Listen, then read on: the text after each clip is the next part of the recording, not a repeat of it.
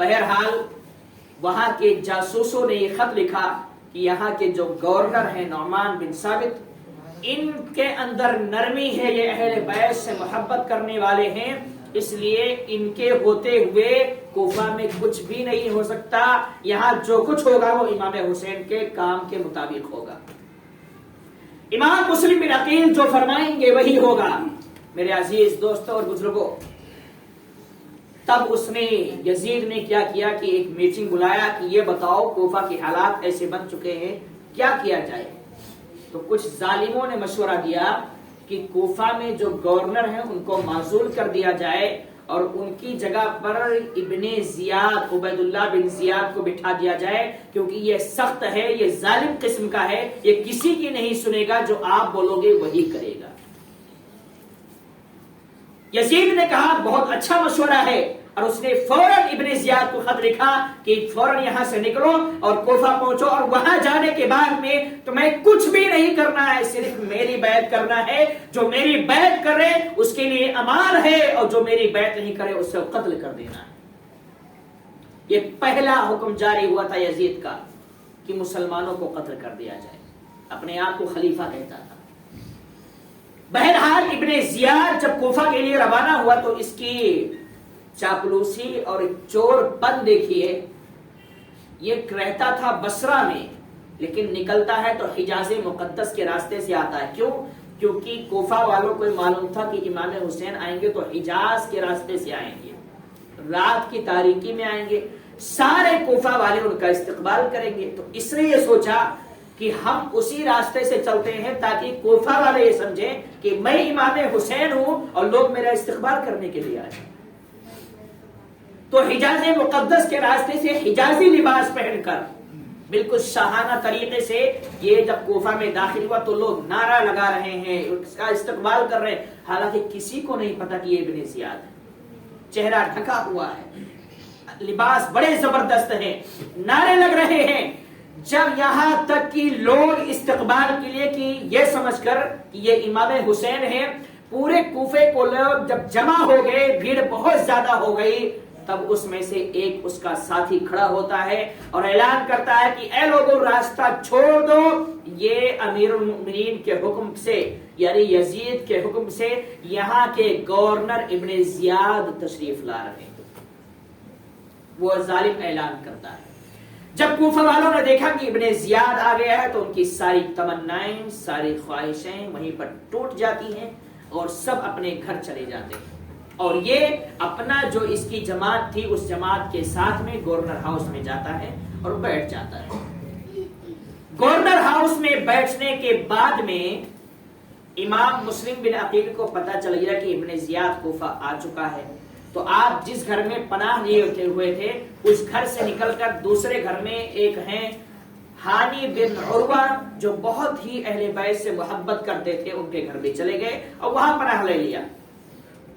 ابن زیاد جب یہاں پر آیا تو اس نے سب سے پہلا جو دماغ چلایا وہ یہ کہ جتنے بھی کوفہ کے بڑے بڑے لوگ ہیں ان کو بلایا جائے اور ان کو گرفتار کر لیا جائے۔ جب بڑے لوگ ہاتھ میں آ جائیں گے تو چھوٹے تو خود بخود آ جائیں گے، اور اس نے یہی کیا کہ بڑے بڑے لوگوں کو بلایا کہ ہمیں تم سے کچھ کام ہے، کچھ مشورے لینا ہے، اور جیسے ہی وہ بیچارے آئے سب کو گرفتار کر لیا کہ جب بڑے بڑے لوگ آ گئے تو اب سب کو ہینڈل کرنا آسان ہو جائے گا۔ اس کا ظلم یہیں سے چالو ہو گیا، اور اس نے کہا کہ اے کوفہ والو، جو بھی ابن زیاد کے حکم کے خلاف کام کرے گا، جو یزید کی بیعت کرے گا وہی حق پر ہے، اور جو یزید کی بیعت کا انکار کرے گا اس کا قتل ہو جائے گا، اور جو ایسے انسان کو پناہ دے گا اس کو بھی قتل کر دیا جائے گا۔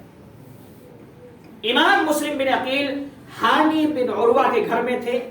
ہانی بن عروہ اور ابن زیاد ان دونوں کی جو تعلقات تھے وہ پہلے سے بڑے اچھے تعلقات تھے، لیکن یہاں پر مسئلہ یہ کھڑا ہو گیا کہ ابن زیاد یزید کے حکم پر ہے اور ہانی بن عروہ امام مسلم کی خدمت کر رہے ہیں۔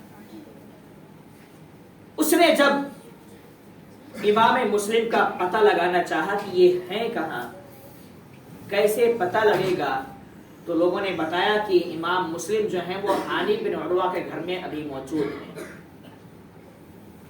اس نے کیا کہا، ہانی بن عروہ کو بلایا. ہانی بن عروہ اس کے پاس نہیں جانا چاہتے تھے کیونکہ ان کو معلوم تھا اگر میں گیا کہیں اس کو خبر ہو گئی تو یہ مجھ سے جھگڑا کرے گا. بہرحال وہ نہیں جا رہے تھے. بلایا کہ مجھے آپ سے ملاقات کرنی ہے، آپ میرے پرانے دوست ہو، میں آپ سے ملنا چاہتا ہوں. بہرحال انہوں نے اس کی بات کو سنا اور وہاں گئے. جیسے ہی گورنر ہاؤس میں پہنچے، ساری دوستی، ساری یاری، ساری جو ہے محبت کا اس نے پاسا پلٹ دیا اور جلال میں آ کے کہا کہ اے ہاری، تمہیں معلوم ہے کہ تم نے کس شخص کو پناہ دی ہے؟ ایسے شخص کو تم نے پناہ دی ہے جو یزید کی بیعت نہیں کر رہا ہے بلکہ ان کے خلاف کھڑا ہے. پورے کوفہ میں وہ آگ جلا چکا ہے، آگ لگا چکا ہے، اتنے فتنے کھڑا کر چکا ہے. تم ایسے شخص کو جو ہے یہاں پر پناہ دے رہے ہو. ابن زیاد نے اپنے ظلم کی شروعات کی اور کہا کہ تمہارے لیے اب کیا کروں میں؟ انہوں نے کہا مجھے موقع دو کہ میں ان کو اپنے گھر سے نکال دوں گا، میں اپنے پاس نہیں رکھوں گا. ابن زیاد نے کہا نکالنے اور نہ رکھنے کی بات تو بعد میں ہوگی، اگر تم مسلم بن عقیل کو میرے یہاں حاضر نہیں کرو گے تو میں تمہیں قتل کر دوں گا. ہانی بن عروہ نے کہا کچھ بھی ہو جائے چلے گا، اہل بیت سے محبت کرنے والا ہوں، مسلم بن عقیل کو میں تیرے حوالے نہیں کروں گا کیونکہ تو ظالم ہے، مجھے پتا ہے کہ تو انہیں قتل کر دے گا، شہید کر دے گا. جب اس نے دیکھا کہ ہانی بن عروہ انکار کر رہے ہیں تو آپ پر ظلم کرنے لگا. اس نے آپ کے دانتوں پر، آپ کی پیشانی پر ڈنڈے مارے، یہاں تک کہ آپ کے دانت بھی ٹوٹ گئے. ہانی بن عروہ کے یہ اہل بیت سے سچی محبت کرنے والے تھے اور اتنا ظلم کیا کہ آپ کو کافی زخمی کرنے کے بعد میں کہا کہ ان کو بند کر دیا جائے. آپ کو بند کر دیا گیا. ہانی بن عروہ ایک بڑی شخصیت کا نام ہے. جب کوفہ والوں کو پتا چلا، یہ افواہ پھیلی کہ ہانی بن عروہ کو ابن زیاد نے شہید کر دیا ہے، تو سارا کوفہ ٹوٹ پڑا اور گورنر ہاؤس کا گھیراؤ کر لیا کہ اب ابن زیاد کو نہیں چھوڑنا ہے، اس کو قتل کر دینا ہے.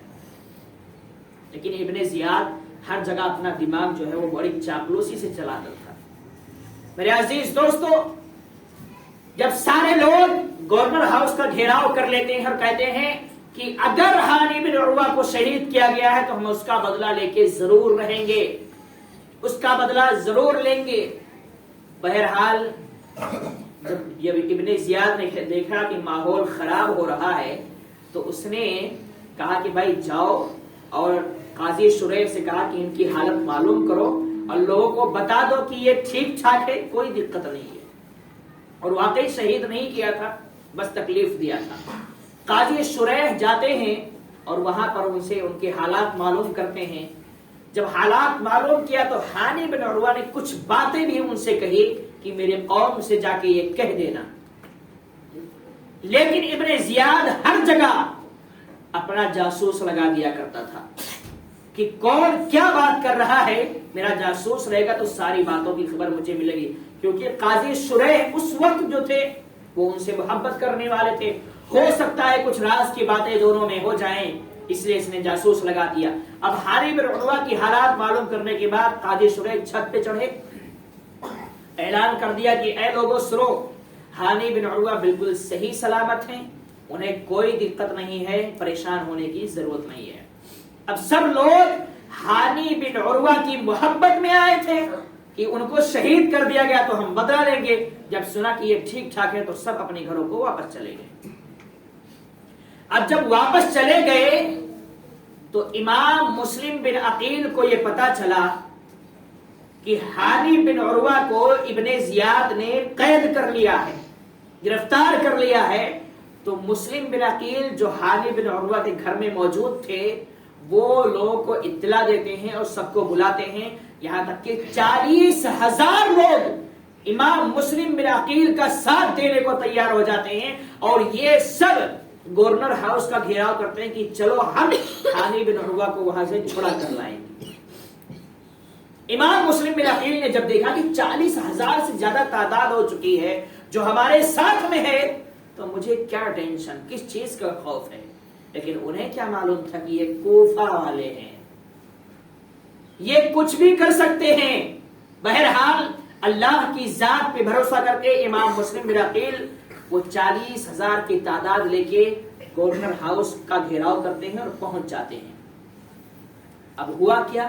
ابن زیاد نے پھر ایک چال چلی اور کہا جن لوگوں کو قید کیا ہوا تھا بڑے بڑے لوگ اب ان کو باہر لاتا ہے اور کہتا ہے کہ تم لوگ تمہارے خاندان رشتہ دار بیٹے پوتے نواسے بھتیجے جتنے بھی اس میں ہیں ان کو واپس کر دو ورنہ ہم تم کو قتل کر دیں گے.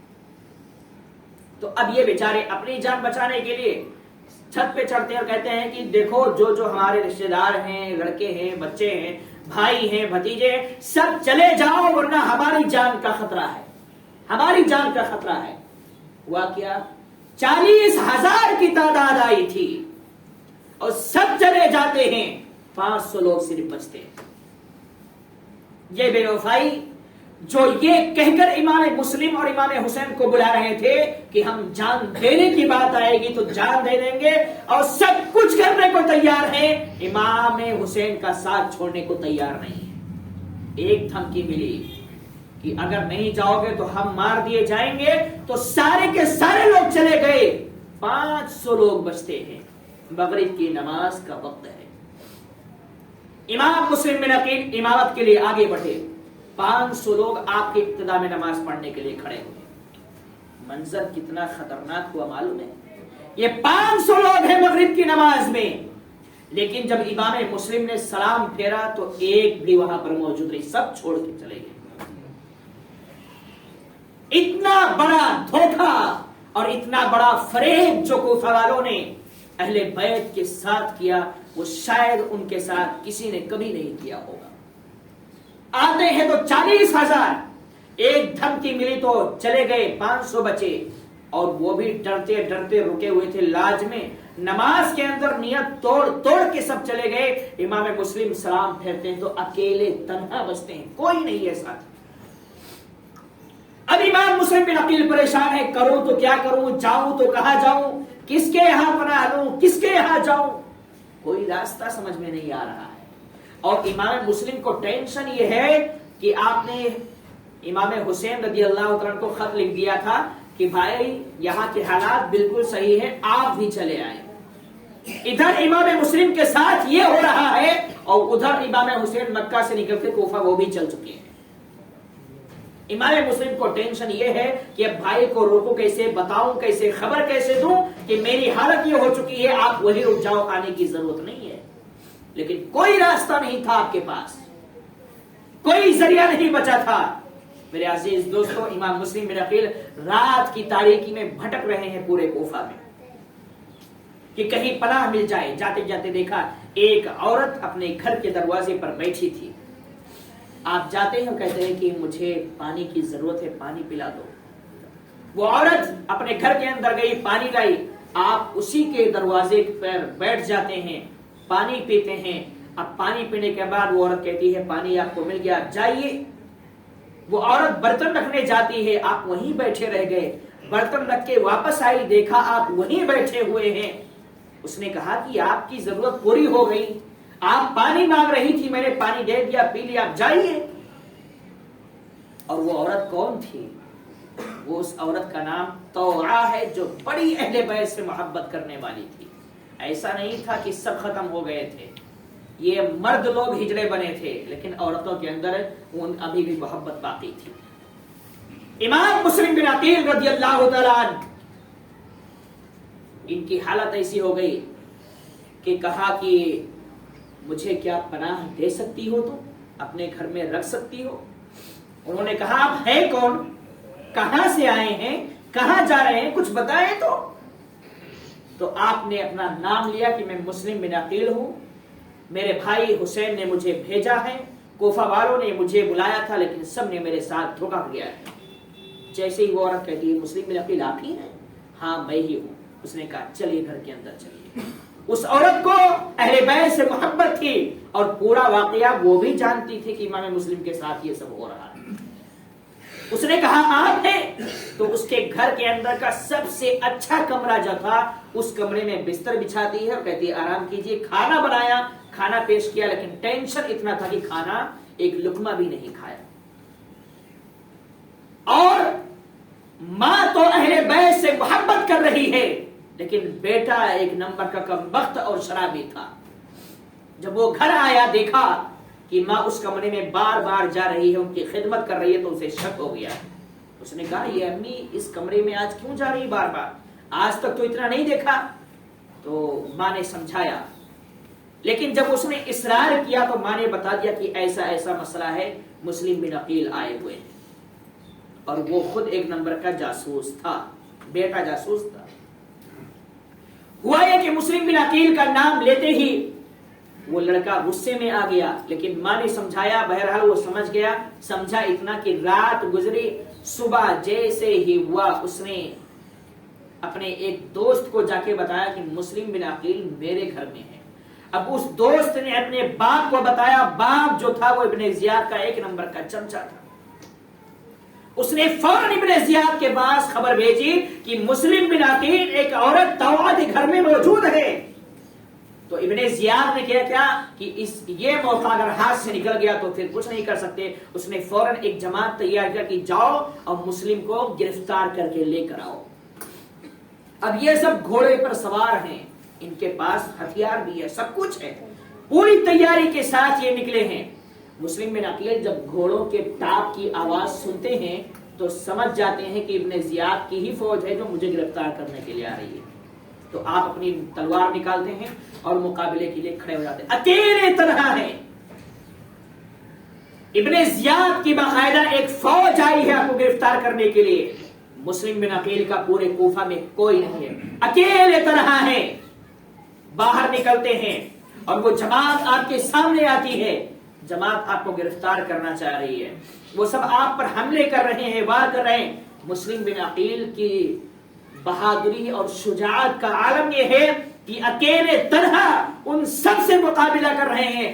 حالات ایسے بن گئے کہ ان سب کے حالت خراب ہو گئے، اور ان لوگوں نے کہا کہ مسلم بن عقیل سے مقابلہ کرنا بہت دشوار ہے، کوئی اور طریقہ اختیار کیا جائے۔ تو مسلم بن عقیل گھر میں کھڑے تھے، اور یہ ظالم لوگ گھر کے اوپر چڑھ جاتے ہیں اور وہاں سے پتھروں کی بارش کرنا شروع کر دیا، وہاں سے تیر کی بارش کرنا شروع کر دیا، اور وہاں سے آگ جلا کے باقاعدہ آگ کو نیچے پھینکنا شروع کر دیا۔ جب دیکھا کہ مسلم بن عقیل ایسا بہادر ہے جو ہم کئی پر بھاری پڑ رہا ہے، تو ان لوگوں نے یہ چال چلی، اور ایک ایسا انسان تھا جو نیچے تھا، مسلم بن عقیل اسی سے مقابلہ کر رہے تھے۔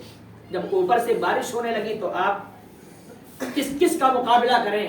بہرحال مقابلہ کرتے کرتے زخم آپ کو بھی لگے، اور زخم اتنے لگے کہ آپ نڈھال ہو گئے، تھک گئے بالکل۔ کئی دنوں سے بھوکے تھے، پیاسے تھے، لیکن اتنی ہمت اللہ دیتا تھا کہ لڑتے گئے۔ جب لاسٹ میں محمد بن اشعث نام کا ایک شخص تھا جس نے کہا مسلم بن عقیل اب لڑو مت، آپ کے لیے امان ہے، اب آپ کو کوئی کچھ نہیں کہے گا۔ آپ کو معلوم ہونا چاہیے کہ پہلے ایسا چلتا تھا کہ جب امان دے دیا جاتا نا تو پھر وہیں پر تلواریں رکھ دی جاتی تھیں کہ اب جھگڑا کرنے کی ضرورت نہیں ہے، اور جو جھگڑا کرے گا وہ غلط ہو جائے گا۔ تو مسلم بن عقیل نے کہا میرے لیے امان ہے، یعنی آپ کو یقین نہیں ہو رہا تھا کیونکہ ظالم کھڑے ہیں نا، ظالم امان کہاں سے دے گا؟ لیکن اس نے کہا نہیں نہیں، آپ کے لیے امان ہے، امان ہے۔ تو بہرحال جب امان کہا تو آپ نے رکھ دیا، اور وہ سارے کے سارے رکھ دے۔ اس میں سے ایک مخالف ہو گیا کہ یہ تو ہم نہیں کر سکتے، ابن زیاد نے امان دینے کے لیے نہیں کہا تھا، گرفتار کرنے کے لیے کہا تھا۔ بہرحال جب امان دے دیا گیا تو مسلم بن عقیل کو کہا کہ چلو ابن زیاد کے پاس کچھ باتیں کرنی ہے، آپ کے لیے امان ہے، اب تو کوئی جھگڑے کی بات نہیں ہے، آپ کو کوئی تکلیف نہیں پہنچائے گا۔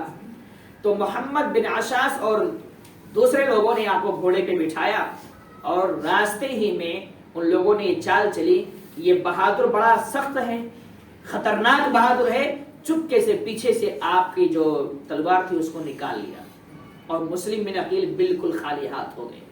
جب بالکل خالی ہاتھ ہو گئے تو اب تو ان لوگوں کے خوشی کے دن آ گئے کہ اب یہ کچھ نہیں کر سکتے ہیں۔ بہرحال گورنر ہاؤس میں ابن زیاد کے پاس لایا گیا، اور ابن زیاد کے پاس جب پہنچے تو آپ کو دروازے پہ بٹھا دیا گیا، دروازے پہ بٹھایا گیا۔ پیاس اتنی شدت کی لگی ہوئی تھی کہ آپ نے ایک شخص سے پانی مانگا تو اس نے کہا آپ کو پانی وانی کچھ بھی نہیں ملنے والا۔ آپ کے دانت بھی ٹوٹ گئے تھے، خون بہ رہے تھے، اوپر کے ہونٹ بھی کٹ گئے تھے، نیچے کے ہونٹ زخمی ہو گئے تھے، بہت زخم آپ کو لگا ہوا تھا۔ اتنے میں ایک اس میں تھا جس کے اندر تھوڑی بھی غیرت باقی تھی، اس نے پانی دیا۔ پانی آپ پینا چاہتے ہیں، جیسے ہونٹوں سے لگاتے ہیں پورا خون پانی میں چلا جاتا ہے، پانی لال لال ہو گیا۔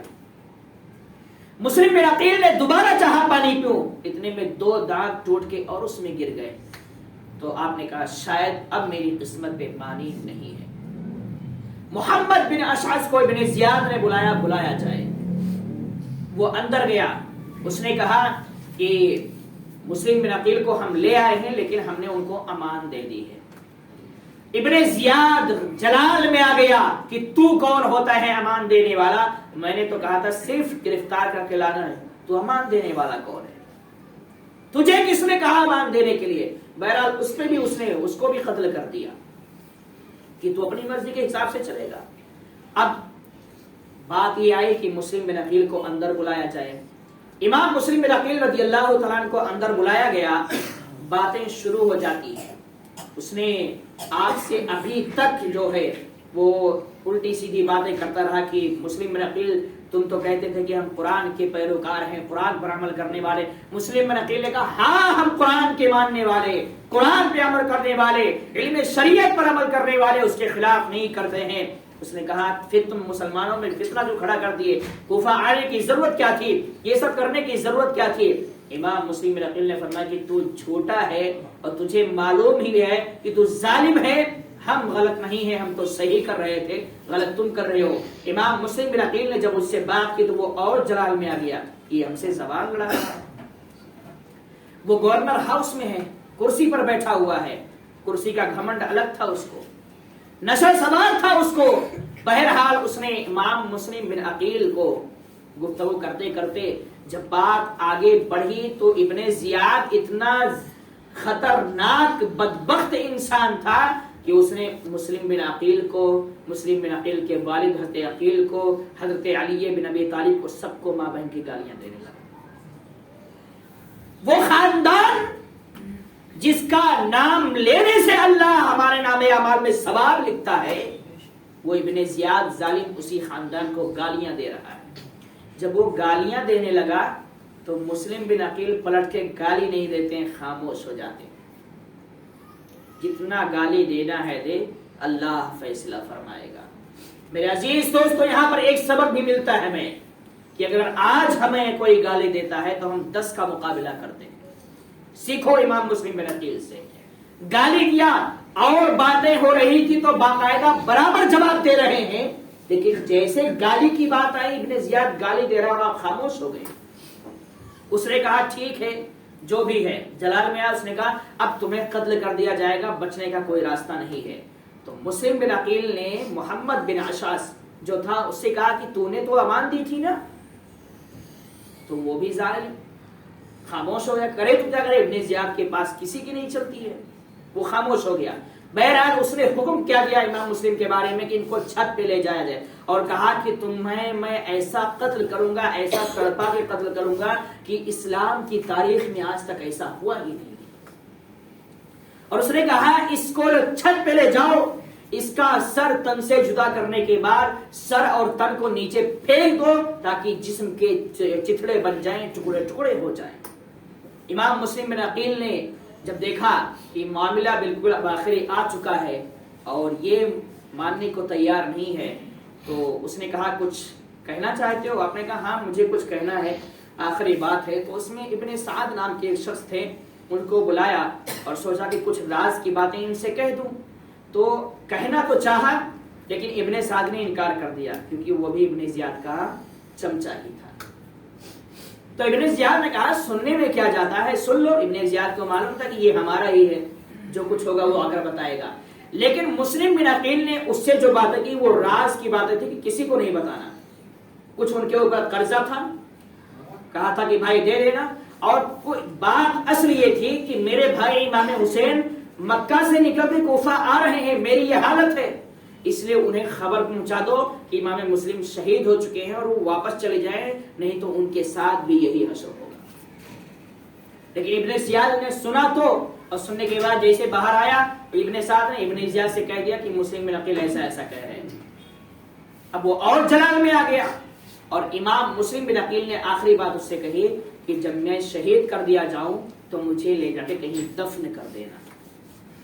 تو اس نے کہا جہاں قرضے، ابن زیاد نے کہا قرضے کی بات ہے ابن سعد کے حوالے ہے، وہ ادا کرنا چاہیں ادا کر دیں، لیکن جو یہ بات ہے کہ امام حسین کو خبر پہنچا دینا، امام حسین اگر خود سے لوٹ جاتے ہیں تو ٹھیک ہے، اگر کوفہ آتے ہیں تو مسلم بن عقیل کی طرح ان کے ساتھ بھی اشر ہوگا.